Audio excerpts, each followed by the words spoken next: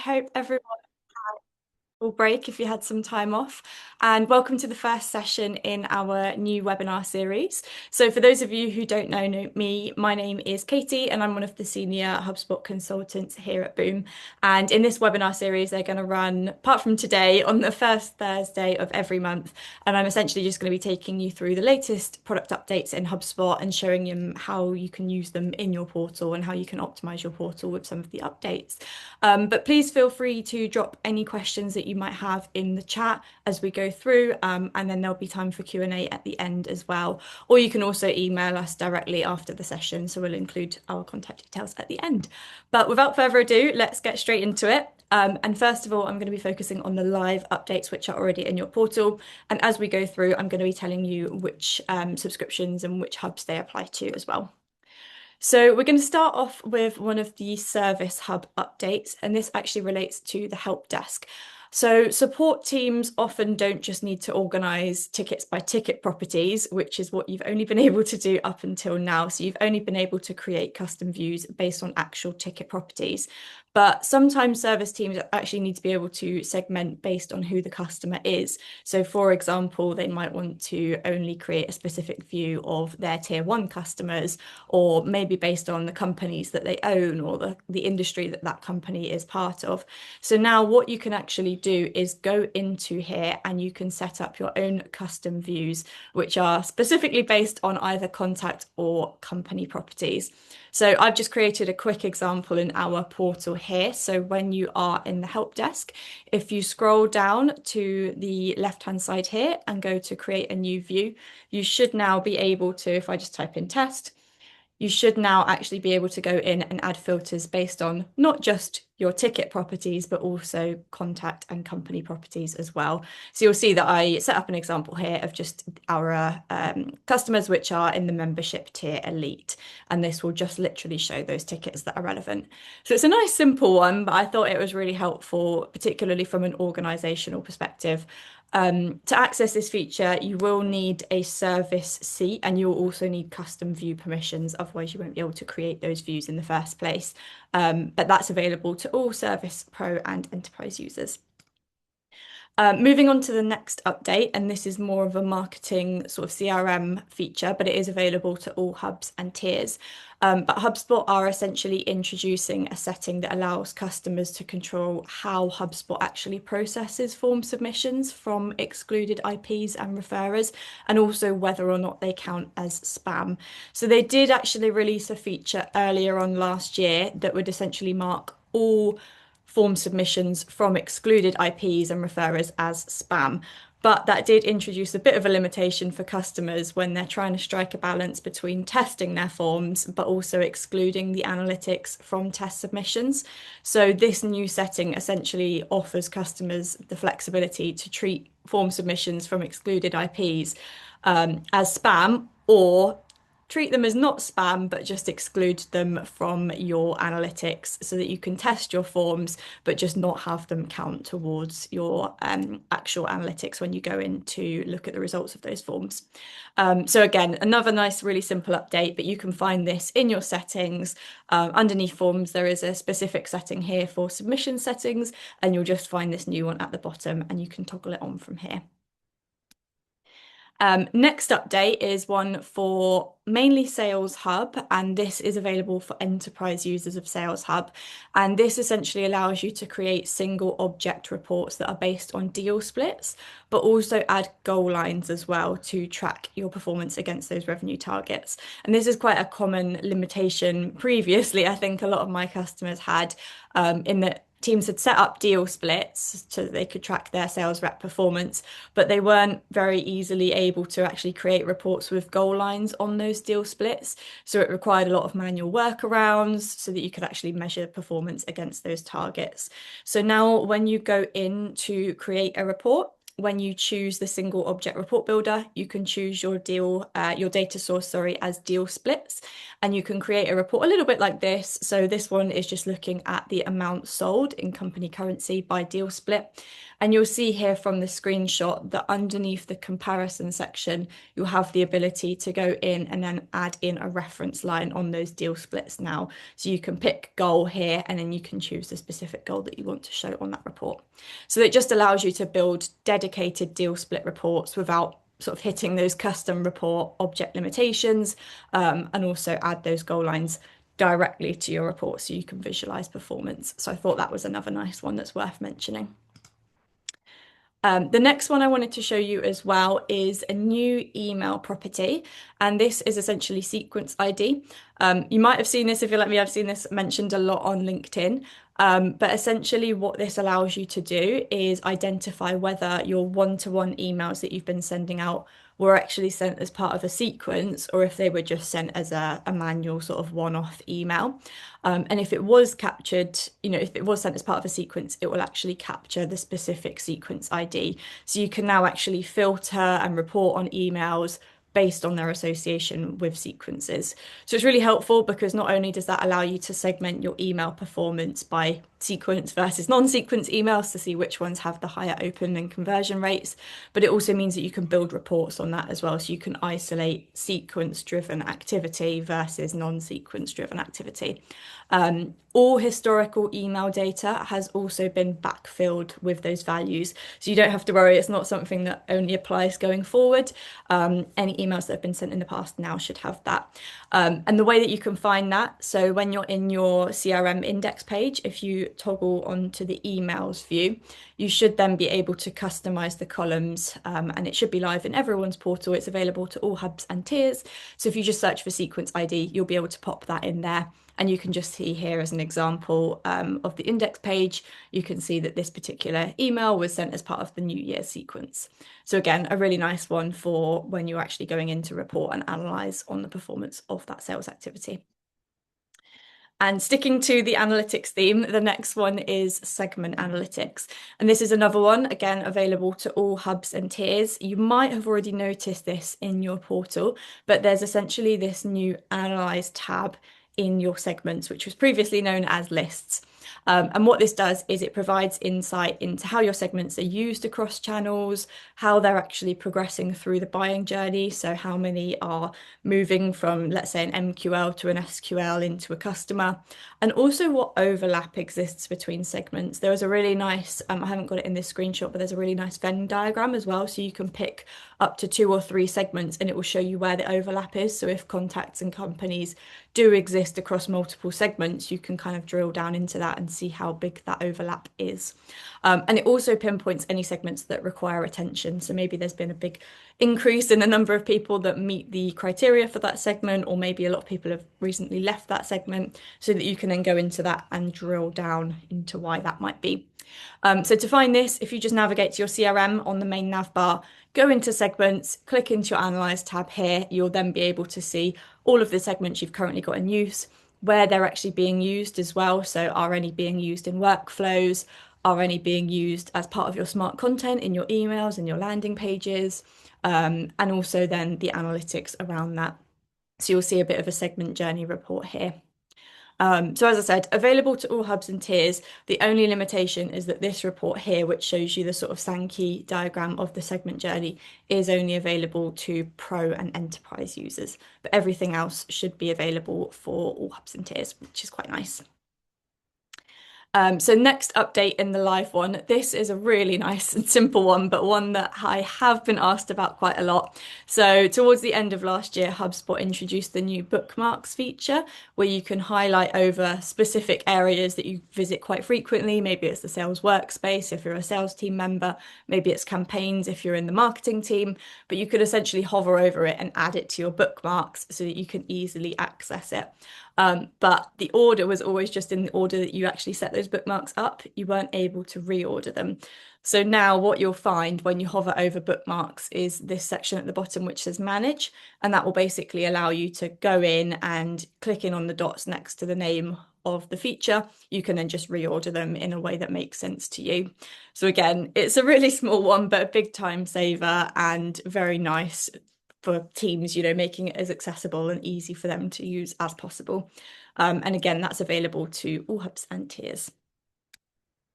And then next one on my live list is an ignore list for the customer agent. So I've had quite a lot of clients that have started to use the customer agent, and a lot of businesses will forward sort of internal system generated messages to support.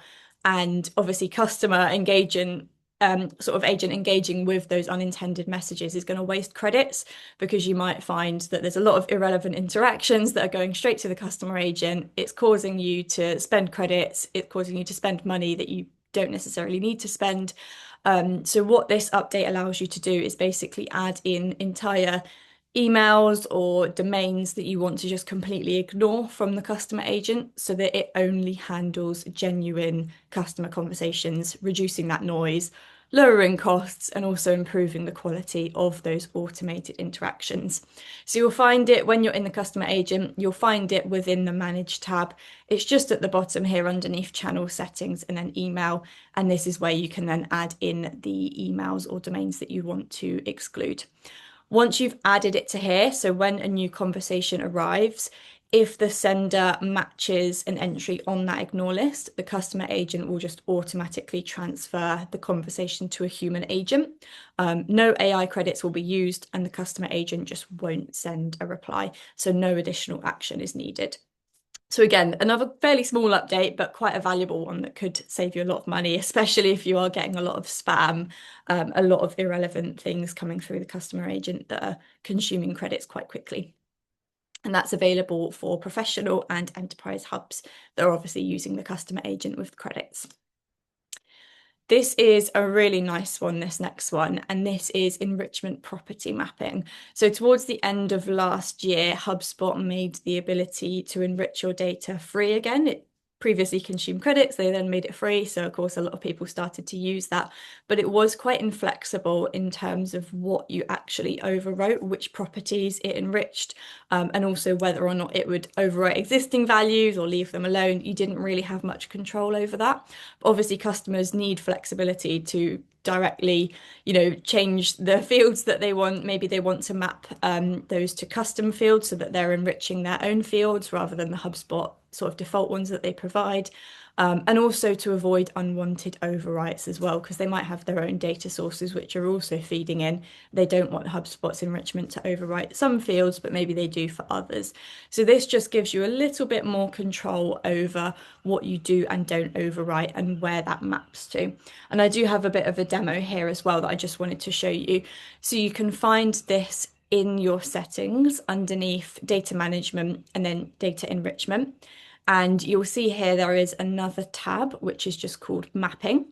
And you'll see you can toggle between contacts, and you can also flick to the company view as well.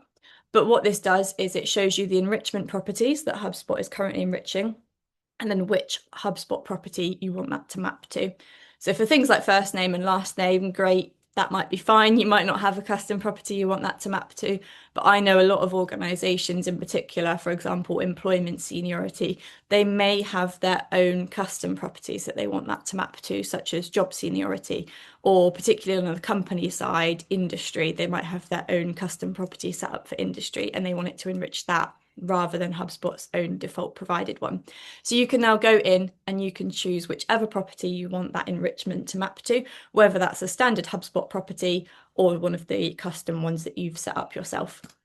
You can then also configure overwrite logic as well. So you can ask it to either fill empty values only. You can get it to do both, so overwrite existing values and fill empty values, or just not fill any values at all. And you can do this on a sort of property by property basis rather than all or nothing. So it just gives you a lot more control over what gets enriched versus what doesn't. And it allows for more precise control. So again, I thought that was a really nice one, and that's available to all hubs and tiers as well. And then the last one from my live updates relates to Zapier.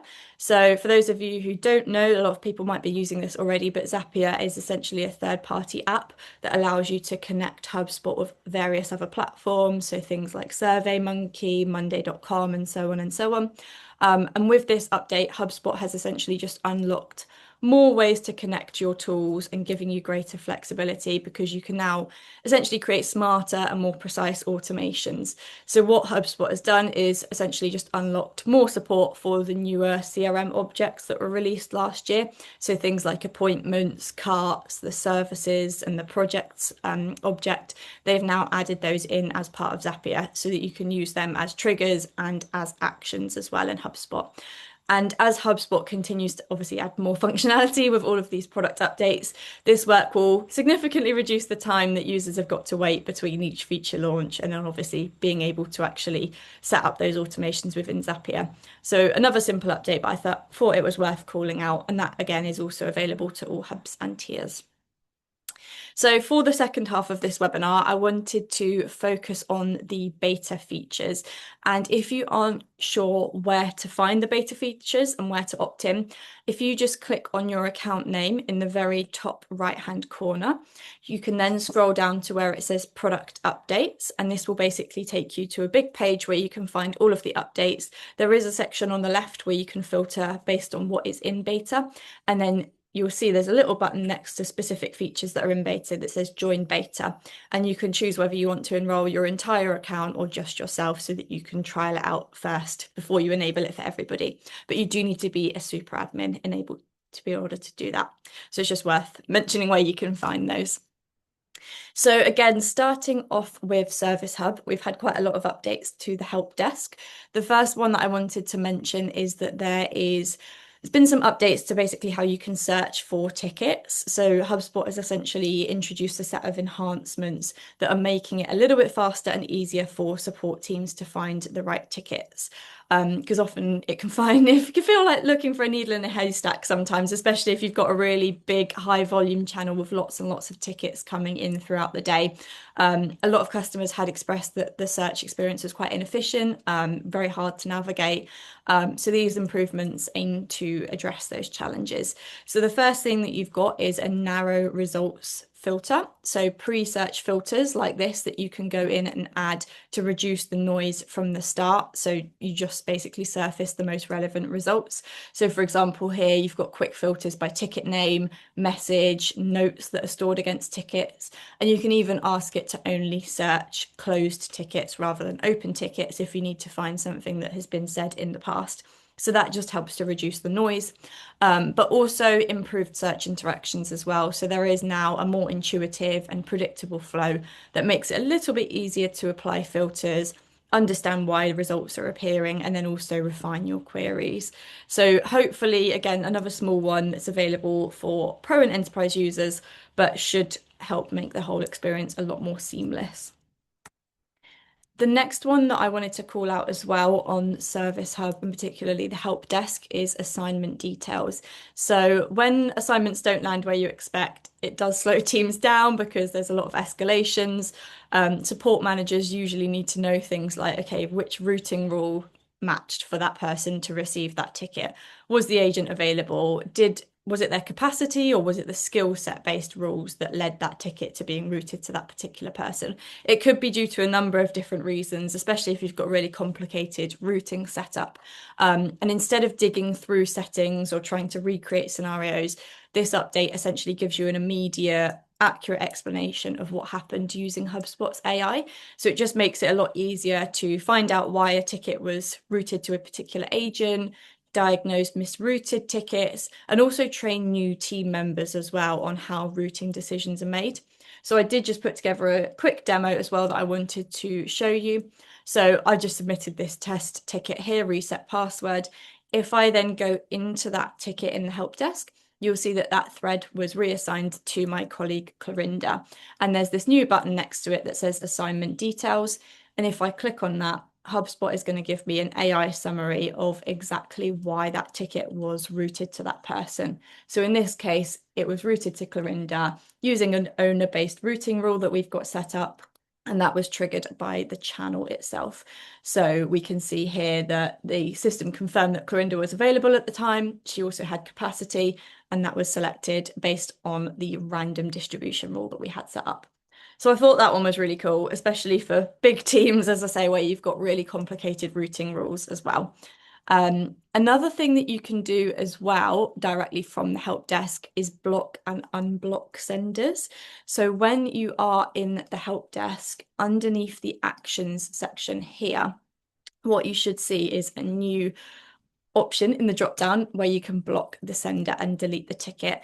And that means that any future emails from that particular address will just get marked as spam, and also the current conversation would move to spam. And you can also unblock at any time from the spam view by going through the same steps, clicking on actions and then unblock sender. And this just makes it a little bit easier. Previously, you had to go into settings, you had to go into your allow and deny list and add the email into there, which obviously creates a bit of a disjointed experience because you're having to jump from the help desk to the allow and deny list. So now you can do this directly from the help desk. So it just makes it a little bit easier to manage. One thing to note is that users do need delete ticket permissions in order to be able to use the block sender. So they also need, as well as edit, they also need delete permissions. But hopefully that will make things a little bit more seamless. And then the other update as well on the help desk that I wanted to show you is the ability to snooze tickets. So of course, prioritization is a core part of a support agent's role. Often reps have got to juggle multiple tickets, they've got varying urgency levels. And with this new snooze feature, what it means is that users can temporarily clear lower priority tickets from their view so that they can keep their workspace clear. They can make it easier to identify what needs attention right now. So where you can find this is you'll see this new snooze icon next to actions. And if you go into here, you can choose to snooze it until, and there's various options that have been predefined by HubSpot, such as later on today, tomorrow, or you can also set up your own custom snooze role as well. And what this will do is just essentially move it from your view. You'll see there's a new view on the left here, which is called snoozed, and then you can see them all in there, but it just won't show in your overall open tickets view. So it just helps you to tidy it up a little bit. One thing to note is that HubSpot's documentation doesn't mention whether or not this impacts SLAs. So my assumption would be that SLAs still apply to the snooze tickets, but it is something I'm going to ask them about. So stay tuned for that. But I think it would still apply even if you've snoozed the ticket. If multiple users have snoozed the same ticket as well, each of their names will show. There's essentially a new property that gets created called snoozed by user. So if multiple users have, they'll all appear in that property as well. And that just means that it's easier to see other people's snooze tickets as well in case anybody else needs to pick that up because they've got, too much on or too many other high priority things to look at. Another one related to Service Pro and Enterprise. It's a very service heavy month this month. But this is the ability to deploy the customer agent through workflows and chat flows.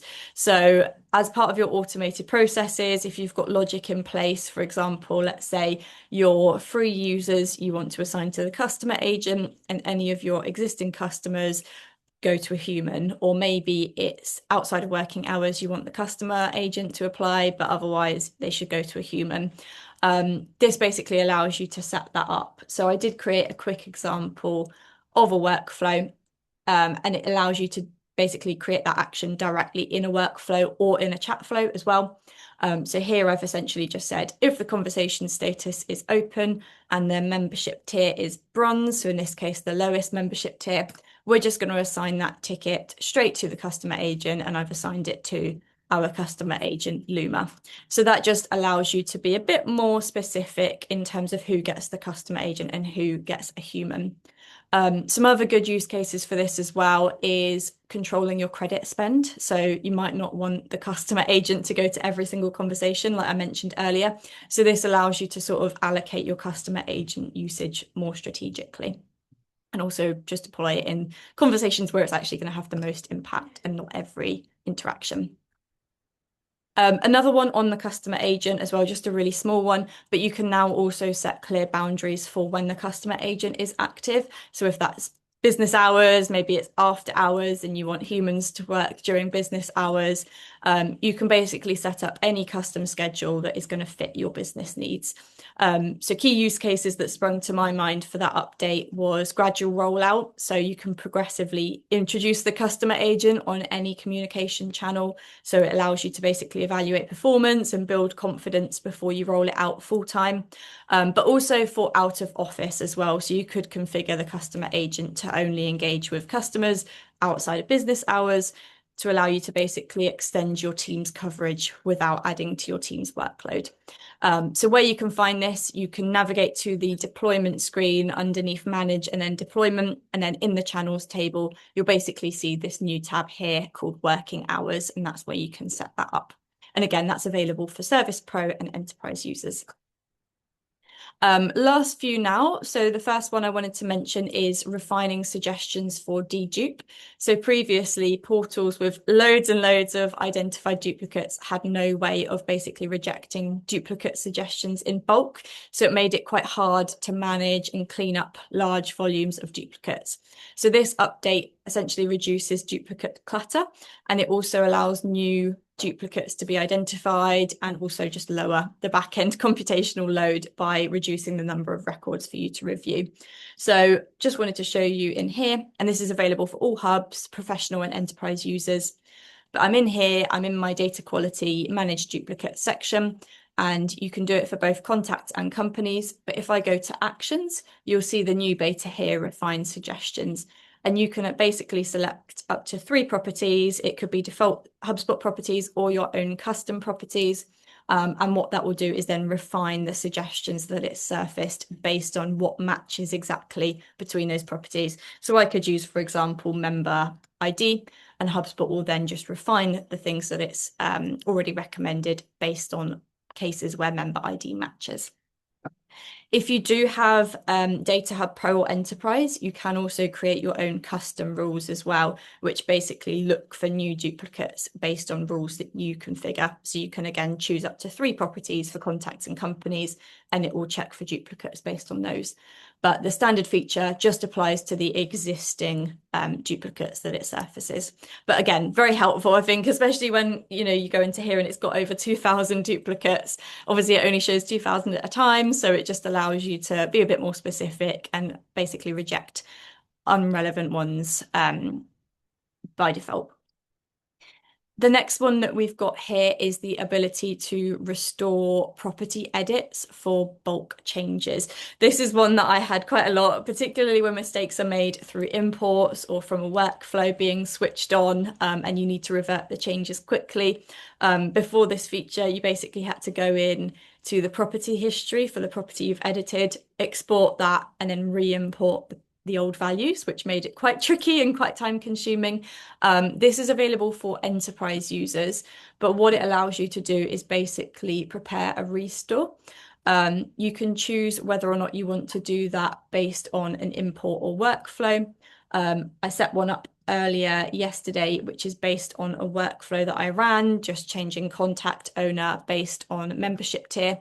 But what it will do is once you've set that up, it will give you a preview of all of the contacts, what the current value was and what it will restore to. So let's say I've run this workflow by mistake. I didn't mean to change all of the contact owners. I can essentially go in here and restore those changes in one go. So it just reduces downtime, improves efficiency, allows you to quickly identify and restore property changes that were made in error, and also just helps you to maintain your data accuracy as well.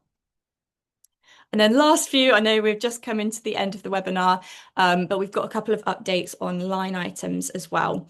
So the first is that you can now create line item based custom properties. A lot of you may know that previously line items were quite rigid and you could only create custom properties on products rather than actual line items. You also weren't able to do things like calculated properties and property sync based properties, which also created limitations for customers, particularly when they've got quite a bespoke product setup. So now you can actually customize your line items to your sales process without having workarounds. You can add logic-based fields, so like margin, fees, discounts, and things like that. And also just unify how you manage your data across your core CRM projects. So you'll see here there's a bit of an example. This could be in the manufacturing industry, for example, where we're looking at the material width and height by the quantity. So this allows you to basically do your own custom equations without necessarily needing workflows with custom coded logic and so on and so on. So that's the first one, which is available to all hubs and tiers. The second one is that you can now also associate line items to custom objects as well. So this is quite a big limitation because it meant that you couldn't really configure your data relationships in the way that made sense to you. I recently had a customer where we were doing brochure requests, and obviously line items would have been perfect for that. We had a custom object for brochure requests, and line items would have represented the individual brochures that somebody's requested, but we weren't able to actually associate them with custom objects. So we ended up using the orders object, but now you can actually go in and configure this within the data model. So brochure request is a great use case. HubSpot's given the example here of shipping labels as well, where the line items represent the individual physical items that have been shipped. But I could also see that being useful in, the education industry where you've got training courses, manufacturing, where line items could be tied to production orders, for example. But yeah, this is again available to all hubs and tiers. Obviously, you need enterprise to be able to create custom objects. But if you navigate to data management and then data model and then click on the overview tab, you should then be able to edit that and then choose which custom object you want line items to link to. And then my very last update for today, we've just come to 10:30, but this is basically giving control to super admins to unbounce internal user emails themselves rather than having to go through HubSpot support. So until now, they always had to go through HubSpot support to basically manually unbounce internal user emails. So for example, if a user's invite or notification email had bounced and needed to be retried, maybe they had an inbox issue, for example, their mailbox has been re-enabled after leaving, or maybe there was a typo or spam had come up, they'd basically have to go through support, which created a lot of bottlenecks. So this allows them to basically do that themselves from the users and teams table. So if they hover over a user and click on actions and then go to unbounce email, they should be able to do that themselves. So this just results in slower resolution times. You don't have to go through support and reduce risk of users actually missing important internal emails like invites, approval-based emails, escalations, routing notifications, and things like that. So again, that just allows them to reduce the time needed to do that. And that was my last update for this month. So it was quite service heavy. If anyone has any questions, feel free to pop them in the chat. I don't think we've had any so far. Equally, if you'd rather reach out to us directly afterwards, please feel free to get in touch. And if you would like a demo where we go in and show you in your portal in a bit more of a tailored way how those updates might work and how you can optimize your setup with them, feel free to go in and book that call in with us as well, and we'd be more than happy to take you through it. But otherwise, enjoy the rest of your day, and I will see you in February to talk about next month's updates. Thanks for joining, everyone. Bye bye.